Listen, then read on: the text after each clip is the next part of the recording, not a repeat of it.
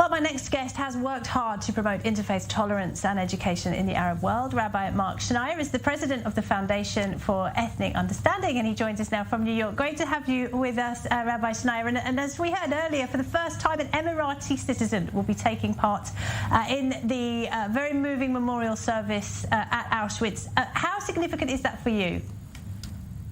Oh, it's just one more example of Holocaust commemorations today throughout the Arab and Muslim worlds. You look at Albania, Azerbaijan. At my request back in December, President Aliyev agreed to have Azerbaijan officially participate in the U.S. Holocaust Remembrance Day in January. You look at Bahrain. I facilitated with the March of the Living 2 years ago, the first Kristallnacht commemoration involving Bahrain, when the Bahraini ambassador here in the U.S. participated in that program.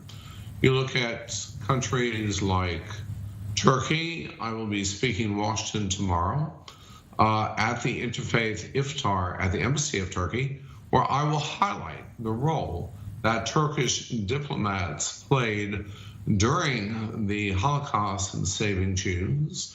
And I can cite other examples. Morocco, let's not forget the historic role that King Mohammed V played during the World War II years in saving 250,000 Jews of that Jewish community in Morocco, from the Nazis. No wonder that his son, the current king, His Majesty King Mohammed VI, has directed that Holocaust be taught in high schools throughout the kingdom.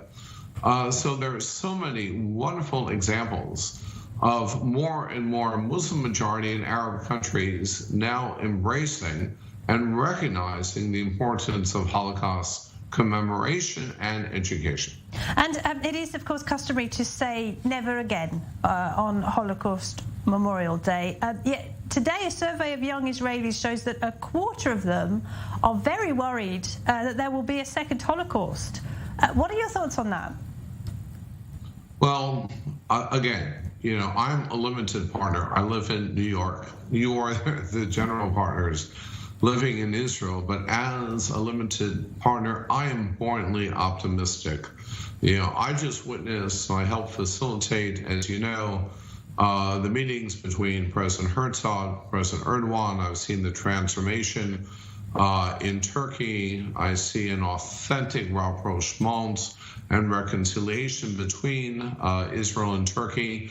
I see that movement now expanding exponentially throughout the Muslim and the Arab worlds. And we also have to contribute in terms of there needs to be more literature about the Holocaust in Arabic. There needs to be more curriculums among 1.6 billion Muslims that can teach about the Holocaust, academic courses about the Holocaust, even survivors, the survivors, that are still alive, that are still remaining, Rabbi, to bring them to these countries to teach and to enlighten about the Holocaust. Rabbi Schneier, thank you very much indeed for talking to us. Rabbi Marc Schneier. My pleasure, as always.